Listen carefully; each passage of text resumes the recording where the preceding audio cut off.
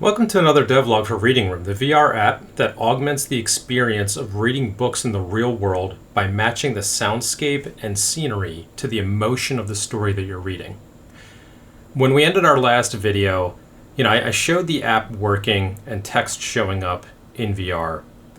But if you look closely, the text was just garbage, and I couldn't understand why. When I would run locally with the test harness, we would get above oftentimes 95% accuracy of the text that was being scanned to the expected text.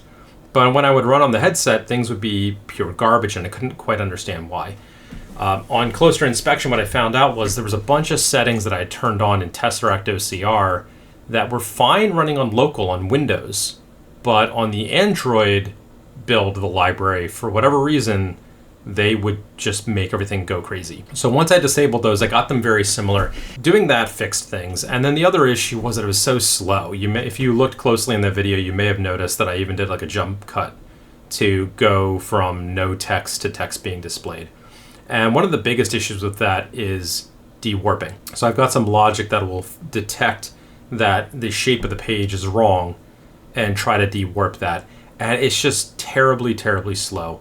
So in the interest of speeding things up, what I decided to do was to switch to rejecting images and failing early if the book isn't close enough to the display, and if we detect that it's not a very square, very flat image. One of the other things I also then noticed was that MSER is quite slow. So if we look at the old approach, we were using MSER to detect text on the page, and then from there we would group these clusters and then crop down to that and then do OCR on that. And that works really well. It's very stable, very reliable, but it's also very slow, taking 3 to 4 seconds to do all of the step processes of not just MSER, but then the post-processing I was doing on it. So I decided to switch to something a little simpler, less reliable, but a heck of a lot faster. And that's what we're doing here. So now that it's sort of like a block technique, whereas MSER will look at pixel by pixel, this block approach basically chops the images into blocks and then looks for high contrast within that. And then also some other settings I do to tune things. By doing that process, we're actually able to run a heck of a lot faster. And because we're running faster, we can fail early. So now, earlier on in the process, when we're searching for a quality book, we can do that check to go find things with that block approach. And if we don't find things, we can return early. And then also give a little notification. So now if we step into VR, we'll see that we have this sort of anchored message at the bottom of the display that's telling us to, hey, go find a book and sit somewhere comfortable. And if we go find a book, once we detect that book, even though it's far away, so this is the furthest it can be away, and I know that this won't OCR very well. I've tried OCRing it before, and it's just blurry, impossible to OCR. But you can see just how quickly we did that whole boxing technique, and then we knew that we didn't have good quality because there wasn't a high enough region data that we failed early.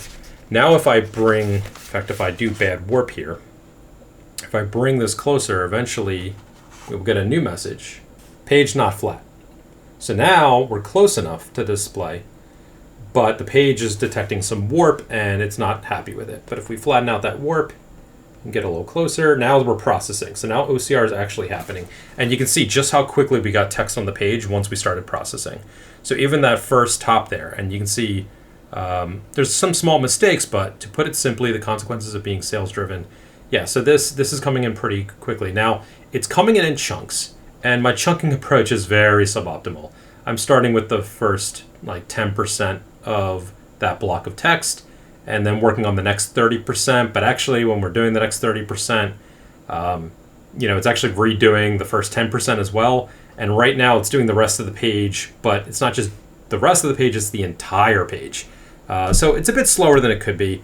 And yeah, there's some little mistakes in there, but I think that's definitely above 90% at least. But before I work on that streaming solution to get the text in quicker, there's another problem I want to solve first, which is you'll notice it's a big block of text. We don't do anything about indentation or paragraph separation. It's all crammed at the top there. It's just a blob of text. So if I hide that away and bring the text back, you'll see like what we really should have is some indentation here. There's really not paragraph separation, so page isn't a good example of that. But for now, I just want to handle titles and indentation and paragraph separation. So let's try to get this text a little bit more readable and see how that goes. My initial instinct for solving this problem of indenting text and other text formatting was to look at the Hawker results coming back from Tesseract and notice that for any given word, we have this B box info. And these numbers represent, I believe, like the upper left-hand corner of where it detected that text on the page and the lower right-hand corner. So in theory, it would just be as simple as if you took this B box information and put that word on the page using the B box info, then the word would appear exactly where it is. You'd have correct indentation, you'd have correct paragraph separation, everything would be amazing. So I initially went with an implementation to do that, and that's what we can see on the left here.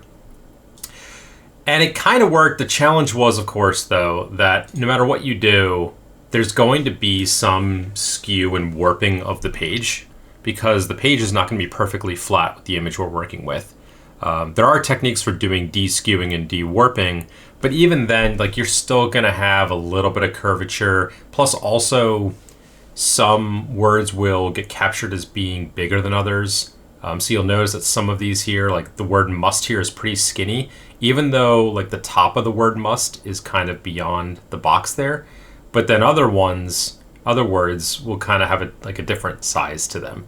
And so if you were to do this, it would kind of work, but then you'd have words that would be ever so slightly off center from each other. It would almost look like, the classic, somebody cut out words from a newspaper and then glued them to a page to spell out something. It just wouldn't look clean. So with that approach mothballed, here's the approach I ended up going with. What we do is we take a rolling queue of 3 lines. So when we start at the top here, is we compare the lines to each other to say, hey, for this given line, is it more indented than the other 2? Since this one is more indented than the other 2, then we would mark that as is indented. Then we move down to the next 3. So so in this case, because we're at the top of the file, we'll actually move to the second line and keep these 3 same lines. So the second line we will compare to the first one and the third one, and we do the same kind of checks. Does it appear to be more indented? Does it seem like it's further down from its parent than the next line after it? If so, maybe it's a new paragraph. Is its sizing noticeably bigger, substantially bigger than the lines around it? If so, maybe it's a title. Once we get to this third line, then we throw away the top line, we tack on a new line. We then go 3 lines at a time, and we just keep chunking, move down one, and we keep looking at batches of 3 lines, looking at each line individually, checking for, is it indented? Is it a new paragraph? Is it a title? Once we know those things to be true, then displaying is simple. We just render each line one by one. We create a label 3D. If it's a new paragraph, we change its Y. If it's an indent, we change its X. If it's a title, we give it a new font size. And then when we're finally done, we add a little extra Y padding so that when we add the next label 3D, it'll be below the one above it. So then we're just kind of rendering each node one after another, label, label, label. And let's take a look and see what that looks like. Okay, so here we are with our standard template book, and we can see now that, to put it simply, whole product commitments, those 2 lines are both indented, which they weren't before.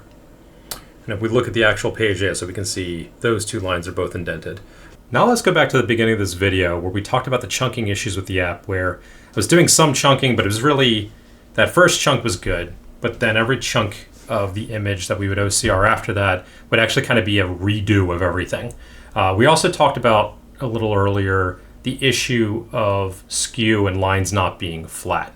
We do still have that skew problem. If you take a look at this, you can see, I'll use this as a ruler here.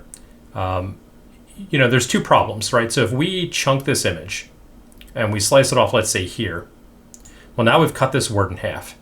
And so the first OCR won't OCR that properly. And then the second chunk, when that OCRs, that's not going to OCR properly either. The other thing would be if we, let's say we slice off here, we end up in a situation where the first half of this sentence may OCR pretty well, but the second half, we're going to lose something. And so we have to end up doing some overlap between them. When I've run my test suite, the thing that ended up working was to end up chunking with a couple lines overlapping. So if we look at these two, the last one here is goal in crossing, which is here.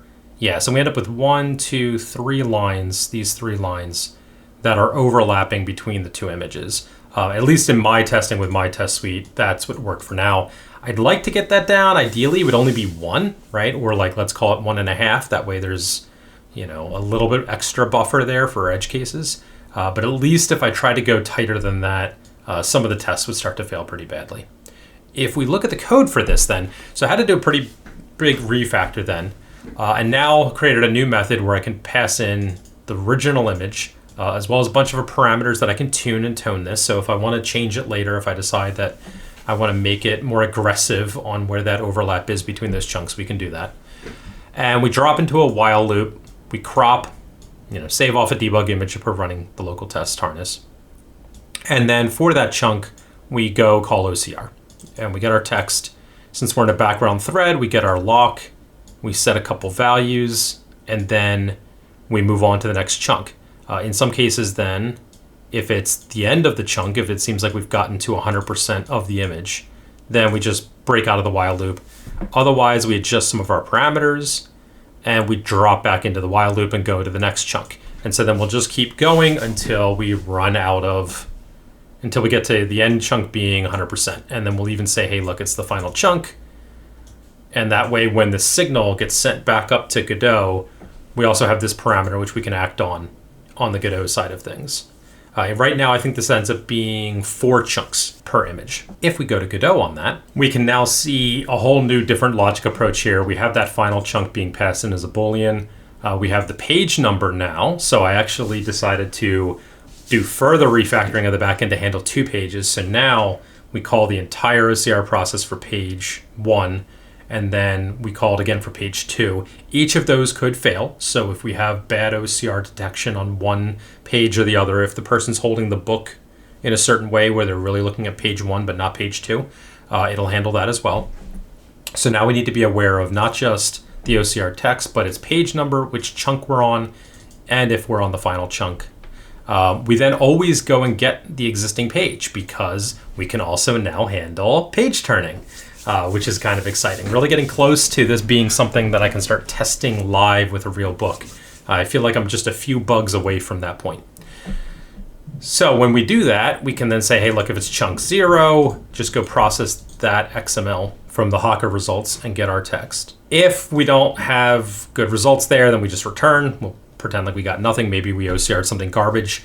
And if the old page is empty, or if the old page is not blank, I should say, then what we do is we go and get the lines that might be similar between the two. So if this new chunk, we figure out which is smaller, right? Is the old page or the new page, which has fewer lines that we processed. We then can go grab the text from both with that overlap and then do a Levenstein distance similarity to say, are they similar enough? If they're similar enough, then what it could mean is that we've been holding the book, we've been reading, we've finished OCRing the whole page, but the user is still reading that same page, and we're re-OCRing the same page again. So if we are re-OCRing the page again, then we actually don't want to stream the results immediately. So we set a flag related to that, we set our temp page. And in that scenario then, we will keep OCRing these chunks and we will build out a whole new page, but we'll do it in this sort of scratch pad. And then at the end, we can then decide, if our new version of the page is better than the old one, right now, okay, we can just replace it, just swap it out. Eventually we could merge it and say, hey, maybe we previously OCR'd one line better than the current line. A number of things I think we could do to improve that. I think word by word is probably overkill, but I think line by line could be a smart thing, especially if you consider that your thumb might be blocking a few lines of text at the bottom of the page.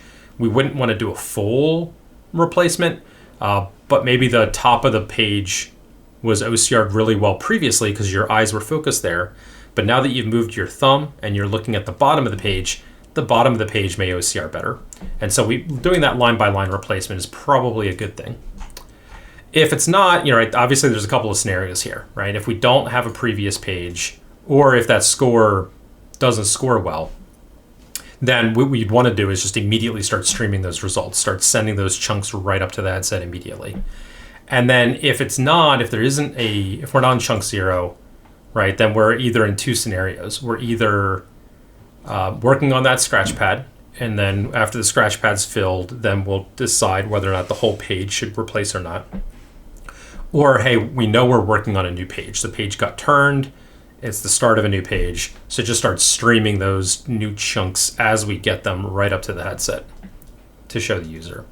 So pretty big refactor there. And then that also, of course, was a big refactor on the back end of things, as we now have new logic where we do region detection just like we did before. But now we then process them individually. So now we go process the first page based on whether that's a success or not. We then go and process. We do a slight delay, and then we will go process page 2. So now let's take a look at what that looks like on the headset. If we take a book and we open it up, bring it reasonably close, it'll process. We'll start getting these pages popping in a moment. As soon as it starts finishing the first chunk, that first like 30% of the page, that pops in. And now after about, I'd say 10 seconds, the second chunk will come in. That's currently the time per chunk is about 10 seconds. As each chunk comes in, have like each line kind of stream in and have those words appear as we go. So that way it's much more smooth instead of these chunks just plopping in.